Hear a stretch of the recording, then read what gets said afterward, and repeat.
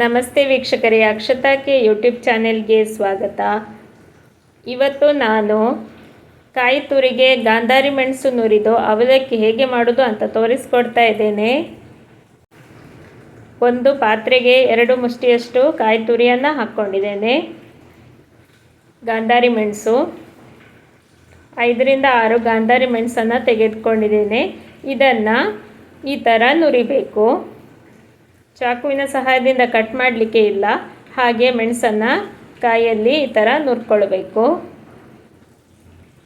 ಆಗ ಅದರ ರಸ ತೆಂಗಿನಕಾಯಿಗೆ ಬಿಡ್ತದೆ. ಗಾಂಧಾರಿ ಮೆಣಸು ಇಲ್ಲ ಅಂದರೆ 1 ಅಥವಾ 2 ಹಸಿಮೆಣಸಿನಕಾಯಿಯನ್ನು ತೆಗೆದುಕೊಳ್ಳಬಹುದು. ಈ ರೆಸಿಪಿ ಮಾಡಲು LPG ಸಿಲಿಂಡರ್, ಗ್ಯಾಸ್ ಅಗತ್ಯ ಇಲ್ಲ. ಕುಕ್ಕಿಂಗ್ ವಿದೌಟ್ ಫೈರ್, ಸುಲಭವಾಗಿ ಮಾಡಬಹುದು, ತಕ್ಷಣಕ್ಕೆ ಮಾಡಬಹುದು.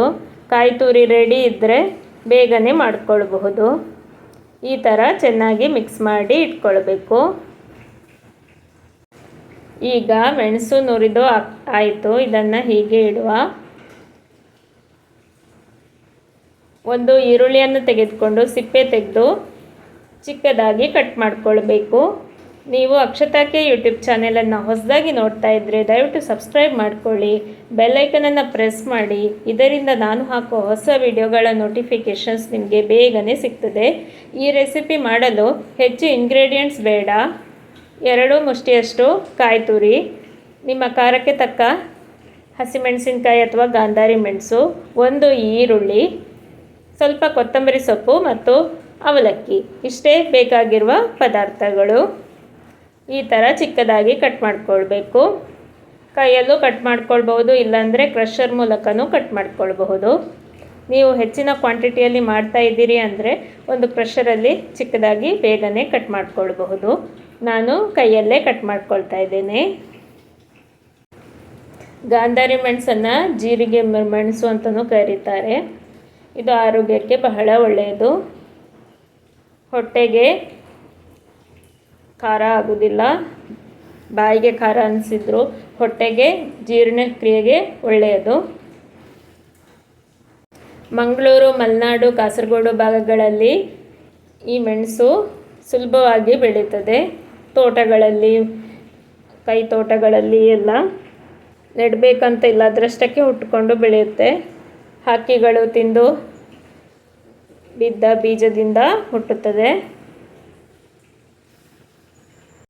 ಬೇಕಿದ್ದಲ್ಲಿ ಪಾಟ್ಗಳಲ್ಲೂ ಬೆಳೆಸಿಕೊಳ್ಳಬಹುದು. ಅವಲಕ್ಕಿಯಲ್ಲಿ ಬೇರೆ ಬೇರೆ ತರಹದ ಅವಲಕ್ಕಿಗಳನ್ನು ಮಾಡಬಹುದು. ಸುಲಭವಾಗಿ ತಯಾರಿಸುವ ವಿವಿಧ ರೀತಿಯ ಅವಲಕ್ಕಿ ರೆಸಿಪಿಗಳಿವೆ. ಈಗ ಈ ಈರುಳ್ಳಿಯನ್ನು ಕಾಯಿ ಮತ್ತು ಮೆಣಸು ಹಾಕಿದ ಮಿಕ್ಸ್ಚರ್ಗೆ ಹಾಕ್ಕೊಳ್ತಾ ಇದ್ದೇನೆ. ಮೆಣಸು ಮೊದಲೇ ನುರಿದು ಇಡುವಾಗ ಅದರ ಅಂಶ ಎಲ್ಲ ಕಾಯಿಗೆ ಬಿಟ್ಟಿರ್ತದೆ. ಇನ್ನು ಕೊತ್ತಂಬರಿ ಸೊಪ್ಪನ್ನು ಚಿಕ್ಕದಾಗಿ ಕಟ್ ಮಾಡಿಕೊಳ್ಬೇಕು. ಕಟ್ ಮಾಡಿ ಇದಕ್ಕೆ ಹಾಕ್ಕೊಳ್ಳುವಂಥದ್ದು. ಮತ್ತು ಉಪ್ಪು ಹಾಕಬೇಕು, ಮತ್ತು ಅವಲಕ್ಕಿಯನ್ನು ಮಿಕ್ಸ್ ಮಾಡುವಂಥದ್ದು. ಕೊತ್ತಂಬರಿ ಸೊಪ್ಪನ್ನು ಚಿಕ್ಕದಾಗಿ ಕಟ್ ಮಾಡಿಕೊಳ್ಬೇಕು. ನೀವು ಕ್ರಷರ್ ಉಪಯೋಗಿಸ್ತೀರಿ ಅಂದರೆ ಈರುಳ್ಳಿ ಮತ್ತು ಕೊತ್ತಂಬರಿ ಸೊಪ್ಪು, ಬೇಕಿದ್ದರೆ ಕರಿಬೇವಿನ ಸೊಪ್ಪು ಎಲ್ಲ ಹಾಕಿಬಿಟ್ಟು ಚಿಕ್ಕದಾಗಿ ಕ್ರಷ್ ಮಾಡಿಕೊಳ್ಳಿ, ಸುಲಭ ಆಗ್ತದೆ. ನಾನು ಸಣ್ಣ ಕ್ವಾಂಟಿಟಿಯಲ್ಲಿ ಮಾಡ್ತಾ ಇದ್ದೇನೆ, ಹಾಗೆ ಕೈಯಲ್ಲೇ ಕಟ್ ಮಾಡ್ತಾ ಇದ್ದೇನೆ.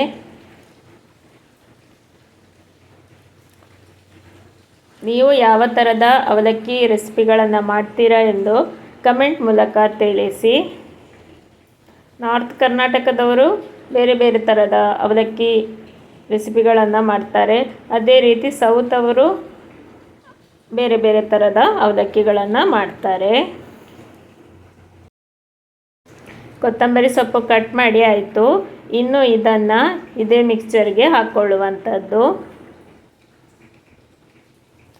ರುಚಿಗೆ ತಕ್ಕಷ್ಟು ಉಪ್ಪನ್ನು ಹಾಕ್ಕೊಂಡೆ. ಇನ್ನು ಇದನ್ನು ಚೆನ್ನಾಗಿ ಮಿಕ್ಸ್ ಮಾಡಬೇಕು.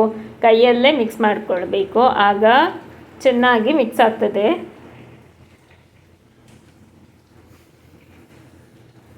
ಬೇಕಿದ್ದಲ್ಲಿ ಸೌಟಲ್ಲೂ ಮಿಕ್ಸ್ ಮಾಡ್ಕೊಳ್ಬಹುದು. ಅದು ಅಷ್ಟು ಚೆನ್ನಾಗಿ ಮಿಕ್ಸ್ ಆಗೋದಿಲ್ಲ. ನೀವು ಕೈಯಲ್ಲೇ ಮಿಕ್ಸ್ ಮಾಡಿದರೆ ಚೆನ್ನಾಗಿ ಬೆರೆಸಿ ಬರ್ತದೆ. ಈ ಥರ ಚೆನ್ನಾಗಿ ಬೆರೆಸ್ಕೊಳ್ಬೇಕು. ನೀವು ಬೇಕಿದ್ದಲ್ಲಿ ಸ್ವಲ್ಪ ಸಕ್ಕರೆಯನ್ನು ಸೇರಿಸ್ಕೊಳ್ಬಹುದು ನಿಮಗೆ ಇಷ್ಟ ಇದ್ದರೆ. ನಾನು ಸಕ್ಕರೆಯನ್ನು ಹಾಕ್ಕೊಂಡಿಲ್ಲ, ರುಚಿಗೆ ತಕ್ಕಷ್ಟು ಉಪ್ಪನ್ನು ಮಾತ್ರ ಹಾಕ್ಕೊಂಡಿರೋದು.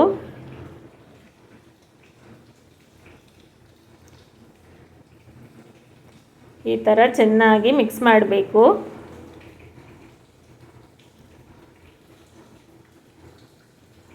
ಆಮೇಲೆ ಸ್ವಲ್ಪ ಅವಲಕ್ಕಿ ಮಾಡ್ತೀರಾ ಅಂದರೆ ಸ್ವಲ್ಪ ಮಿಕ್ಸ್ಚರನ್ನು ತೆಗೆದಿಡಬಹುದು. ನೀವು ಯಾವಾಗ ಮಾಡ್ತೀರಾ ಆವಾಗ ಹಾಕಿ ಮಿಕ್ಸ್ ಮಾಡಿಕೊಂಡ್ರೆ ಆಯಿತು. ಅವಲಕ್ಕಿನ ಹಾಕಿ ಮಿಕ್ಸ್ ಮಾಡಿದರೆ ಆಯಿತು. ಇನ್ನು ಇದಕ್ಕೆ ಅವಲಕ್ಕಿಯನ್ನು ಹಾಕ್ಕೊಂಡು ಚೆನ್ನಾಗಿ ಬೆರೆಸಿಕೊಳ್ಬೇಕು. ರುಚಿಯಾದ ಅವಲಕ್ಕಿ ಸಿದ್ಧವಾಗ್ತದೆ.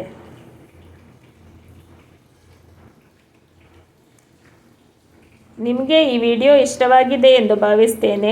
ಕುಕಿಂಗ್ ವಿದೌಟ್ ಫೈರ್ ರೆಸಿಪಿಯಾಗಿದೆ. ಬ್ಯಾಚುಲರ್ಸಿಗೂ ಸುಲಭವಾಗಿ ಮಾಡಿಕೊಳ್ಬಹುದು, ಚಿಕ್ಕ ಮಕ್ಕಳಿಗೂ ಸುಲಭವಾಗಿ ಮಾಡಿಕೊಳ್ಬಹುದು. ನಿಮಗೆ ಈ ರೆಸಿಪಿ ಇಷ್ಟವಾಗಿದ್ದಲ್ಲಿ ಅಕ್ಷತಾ ಕೆ ಯೂಟ್ಯೂಬ್ ಚಾನೆಲನ್ನು ಲೈಕ್, ಶೇರ್, ಸಬ್ಸ್ಕ್ರೈಬ್ ಮಾಡಿ. ಧನ್ಯವಾದಗಳು ಮತ್ತು ಎಲ್ಲರಿಗೂ ಶುಭ ದಿನ. Thanks for watching.